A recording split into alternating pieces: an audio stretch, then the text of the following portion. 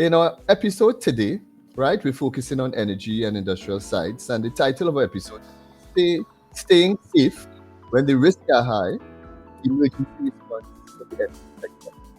With us today is Ms. Aisha Shah, CEO and Managing Director of Med Business Solutions Limited. So, Ms. Shah, welcome. Thank you, Ro. It's a pleasure to be here. Great to have you. And how are you this morning? I am so well. Thank you. Excellent, excellent. So, uh, we know the challenges facing the energy sector, but maybe before we jump in there, maybe you can tell us a little bit about MedBiz. I'm sure those viewing would like to get a little sense of where you're coming from. Could you share a little bit about MedBiz and what you do? Okay, so Med Business Solutions Limited is our training is geared toward emergency response. Our training is about emergency response in the workplace as well as in the community. We also focus on disaster preparedness and those things surrounding training and planning. We also do consultation services in providing organizations, communities with the know-how to put disaster preparedness plans in place. So that's some of what we do. My background is as an emergency medical technician. Med Business Solutions Limited has been around, well, since 2006 under a different name, right? But we are now known as Med Business Solutions Limited, incorporated in 2019. So our training facilitation goes quite a ways back, and we are now using technology, information technology, as well as the grassroots of emergency planning in helping to support our community in developing strong, resilient characteristics that will assist persons when emergencies arise. So overall, we are looking to create that awareness throughout the country and by extension the Caribbean in how to respond to an emergency, what to do, and so that persons can recover faster, communities can recover faster, and we can move on with our lives. Excellent. So it's so good to have a qualified and experienced professional and practitioner. And from what you shared, I get the sense that what you'll do is also practical and hands-on, right? Not just academic, to really help persons in this particular area. So diving in now, we know that in the Caribbean and in Trinidad and Tobago in particular, we've had a number of situations that have come up, as my mind goes back to the Caribbean, the diving disaster that we had here in the Caribbean in Trinidad in 2022, in which a group of divers, I believe it was about 4 divers working for the Praria Fuel Trading Company, lost their lives. So we know that even in the energy sector, there are challenges, right? So, Ms. Carr, what other types of emergency situations do you find common in the energy sector or on industrial sites? So in terms of our area of expertise, we would look at the everyday activity of an organization and what risks may be involved in conducting those activities. Of course, with safety compliance, it's focused on prevention so that something does not happen to require an emergency response. However, there must be plans in place in the event it happens, because we do know that although we would put plans in place, that we put structures in place, that things can happen despite our best efforts. And despite our best efforts, that's why it's very important, and it's an integral part of planning to have a response system.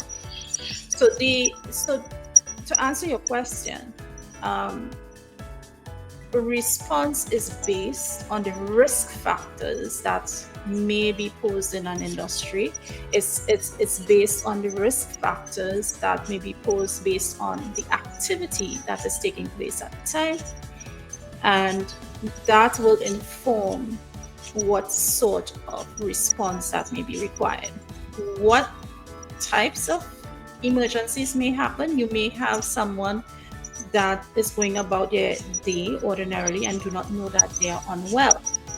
And it has nothing to do with the work that is taking place in the industry, but they fall ill, right? And then from because they've fallen ill, it may have a ripple effect which can compromise the safety of the operation itself and may pose a risk.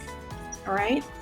So, and it may have, as I said, it may have a ripple effect. So we are looking at those factors. Just falling ill because you're not aware that something is happening inside your body and you suddenly fall ill.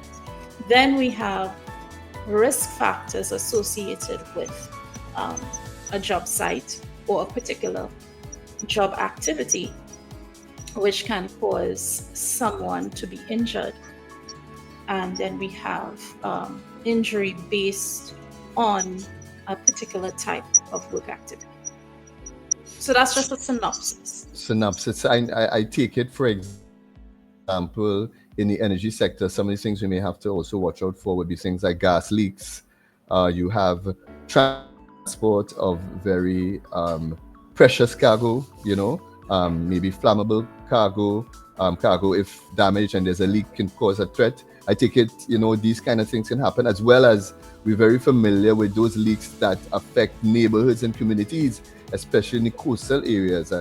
Take it, these are some of the things that you kind of have to look out for as well.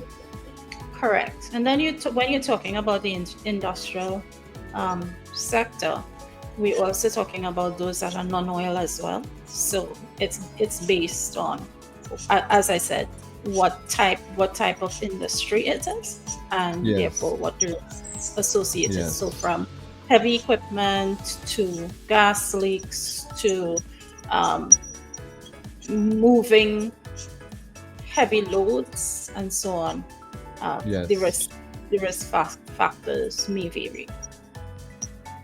And I take it very broad too, Yes. So there's really a great need for that ability to respond. Of course, prevention is better always. Prevention is better than cure. But certainly, if something does happen, that ability to respond. But what role does delay? Because we're talking about responding to an emergency, right?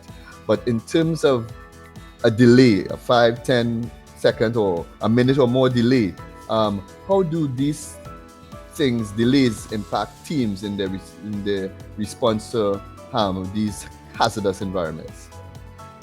So delays are very critical to the outcomes.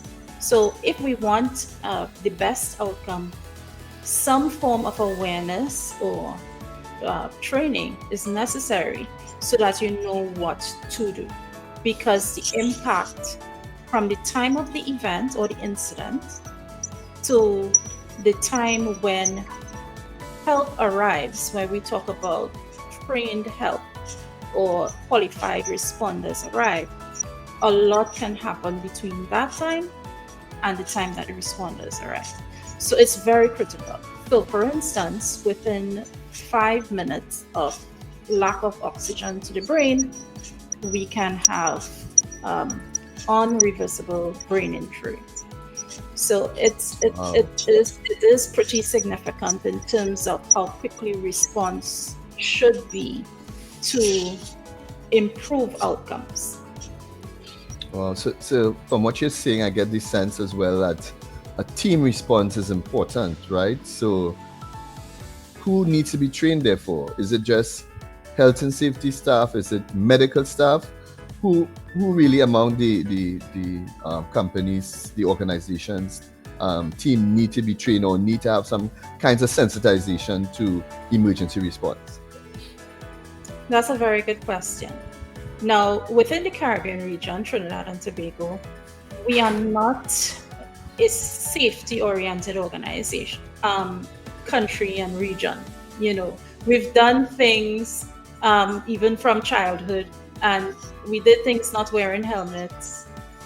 We drank water from hoses. We did a lot of things, and our culture has not really seen safety as that important. Right now, what we do see is that organizations choose to utilize safety because of compliance reasons, including training in the area of emergency response for compliance reasons.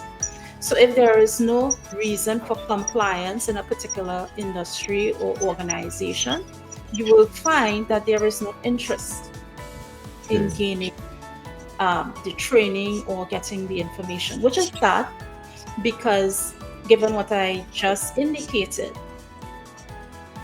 that response means that basically everybody should have that information, because even the responders themselves can be victims in a situation. And then who will help? The trained person. So it's Okay. really everybody's business. It's not just a group of people, two people, the safety officer. If the safety officer is not on the site, then what happens?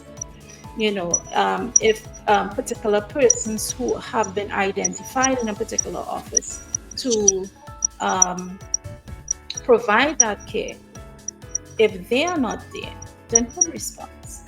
So those questions Yes. organizations have to ask, and what is the long-term impact if there isn't a broader spectrum of persons being trained, or even provide the awareness to persons about caring for themselves, caring for each other in the event of an emergency. Wow, really, really solid information that you've shared so far, Ms. Carr.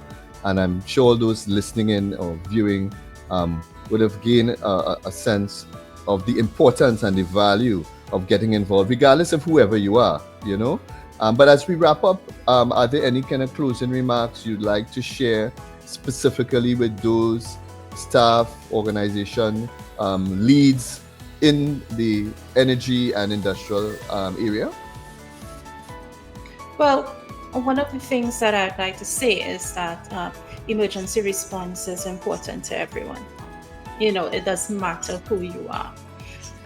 Getting that level of training, whether it's a very basic level of training, is important.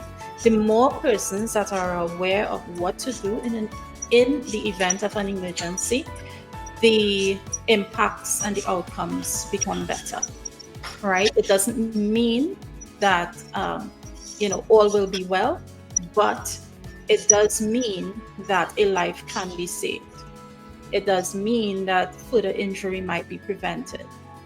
Yes. Now, this type of training does not only impact in the workplace, but it impacts the lives of the persons who work within these organizations. It impacts their communities that they are a part of. Because with that knowledge, wherever they are, they have a choice to provide care to their families, their loved ones, their friends, and just be an integral part of the community. So it brings community home um, when you provide that type of training to your staff and your employees. Wow, great. So, thanks so much for taking the time to share your expertise with us, particularly for those in the energy sectors and those at industrial sites. Um, Ms. Kaba, this wraps up this particular episode on When Every Second Counts. Thanks again to Ms. Ka, who leads the team at Med Business Solutions, for leading the way in practical hands-on emergency response training tips, right? So if you want to give your team the skills and confidence to respond effectively in emergencies, from injuries, choking, or emotional distress, and you want to make sure that where you are is safe and secure, sign up now for the basic emergency response awareness team building session put on by Med Business. Registration is now open, and you can find us on all the social media: YouTube, Instagram, Facebook. There should be also a way to get a registration form there in our description box. But whether or not you're part of a business, a school, NGO, or security outfit, this training is for you. Be the one who knows what to do when it counts. Until next time, stay safe and stay prepared. Thank you.